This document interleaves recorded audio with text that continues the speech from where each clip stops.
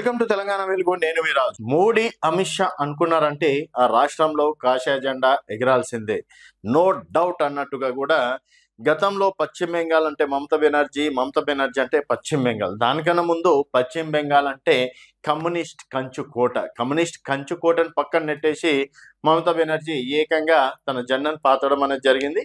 ఇప్పటి వరకు తిరుగులేని నేతగా ఎదుగుతున్నటువంటి సమయంలో 2021 ఎలక్షన్స్లలో పశ్చిమ బెంగాల్లో మమతా బెనర్జీ 1000 ఓట్లతోటి ఓడిపోవడం అనేది జరిగింది.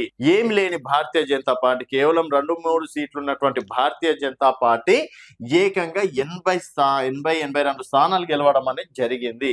సో ఇప్పుడు 2026 రేపు వచ్చేటువంటి మే ఆర్ ఏప్రిల్ ఎన్నికల్లో కూడా పశ్చిమ బెంగాల్ మీద, వెస్ట్ బెంగాల్ పైన భారతీయ జనతా పార్టీ కన్వేయడం అనేది జరిగింది. సో మోడీ దాదాపుగా 3000 కోట్లతోటి అభివృద్ధి పనులకి ఈరోజు వెళ్ళడం అనేది జరిగింది. సో ఆ విధంగా ఎక్కడెక్కడైతే అభివృద్ధి పనులు అంటే బెంగాల్లో ఏ విధంగా అయితే తన రాజకీయ చతురతను వాడారో, ఢిల్లీలో ఏ విధంగా అయితే రాజకీయ చదరంగం ఆడారో, అదే విధంగా ఇప్పుడు పశ్చిమ బెంగాల్లో ఆడబోతున్నారు. ఇప్పటికీ అభివృద్ధి పనుల విషయంలో కూడా పశ్చిమ బెంగాల్కి కోట్ల రూపాయలు బడ్జెట్ వెచ్చించడం అనేది కూడా జరుగుతుంది. మరి ఇక్కడ దాదాపుగా 50 లక్షల ఓట్లు కూడా సార్ అనే పేరుతోటి కూడా తీసేయడం అనేది కూడా జరిగింది. సో ఒక్కొక్క రోజు అసలు మమతా బెనర్జీ పని అవుట్, ఇంకా అక్కడ ఎగిరేది కాషాయ జెండా మాత్రమే అన్నట్టు కూడా భారతీయ జనతా పార్టీ పావులు కలుపుతున్నది. సో రీసెంట్ గా బంగ్లాదేశ్ వాళ్ళని అక్రమంగా లోపలికి తీసుకురావడం, హిందువుల పైన బంగ్లాదేశ్ కంటే ఘోరంగా బెంగాల్లో హిందువులు బిక్కుమంటూ బతుకుతున్నటువంటి పరిస్థితి. ఎంపీ ఉండని, ఎమ్మెల్యే ఉండని, బీజేపీ కండు వేసుకుంటే చాలు అక్కడ నరరూప రాక్షసులు వచ్చి వారిపైన దాడి చేయడాలు, ఇట్లాంటివి ఎన్నో సంఘటనలు చూసినాం.